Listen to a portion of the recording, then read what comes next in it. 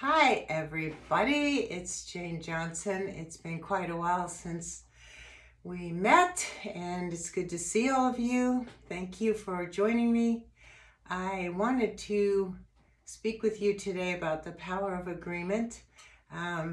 What is agreement? It's two or more people aligned on something. So it may or may not be spoken. We tend to think of an agreement as, oh, I'll meet you for lunch at 12, and that's an agreement, or I'll pay you next week, or those are agreements that we're typically familiar with.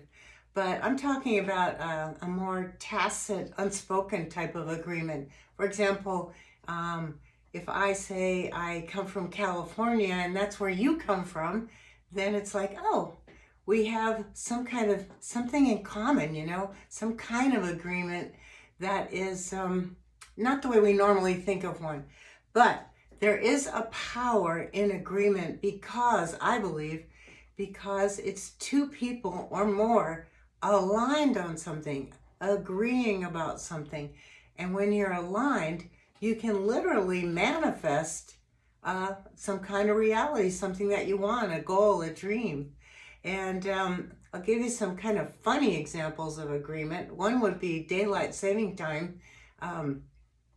So here in the States and other places around the world too, there's the time in the spring where everybody says, hey, we're going to change the time and turn our clocks ahead 1 hour. And then that day, we suddenly have a different time. Suddenly it's 1 hour ahead. How did that happen? Only one reason. Everybody, or most of the people, agreed that that's what we were going to do. So by the power of that agreement, it's now an hour ahead. And of course, in the fall, reverse the process, and now it's an hour back, but only by agreement. Another interesting example is, which side of the road do people drive on in a particular country? Here we drive on the right side of the road. In Australia, they drive on the left side of the road. And that's by agreement too. If you think about it, you could say, yes, it's a traffic law and so on. And it is, yes, it is. But it's because most people agree with that. We're going to drive over here, or we're going to drive over here. It's because of that there's at least a minimum of accidents.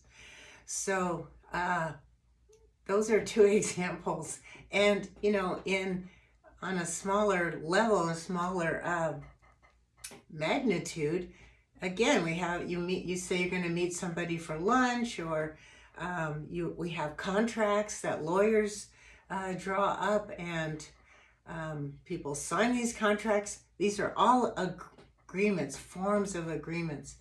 And there's a power in that if you can get everybody to agree, or most people. So let's say you have a team and you have a team code of honor. If most people agree with the code and agree to follow it, you're going to have people aligned, behaving the same way, and you're going to have the best chance for your team to accomplish its goals. So by the same token, there's something we would call disagreement. The prefix DIS means apart. So it's agreement broken apart. And so disagreement, countries at war, people getting divorced, you name it, people have disagreements. And unfortunately, there's a power in that too, but it's a different kind of power. You could say the power of destruction. And so just to acknowledge that, but what I wanted to focus on was the power of agreement, and how if you can get the people in your family to agree about the rules, or whether to go on a holiday, or where you're going to go, anytime you can get agreement, you have what you could call a harmony. It's a harmony. It's an agreement of people who all feel the same way about something. And, it makes a lot of sense. It's just that most people don't think of it that way, the power of agreement. So that's what I wanted to share with you today. And thank you for listening. I hope you put your comments in the box below. And thanks again. I'll see you next time. Bye for now.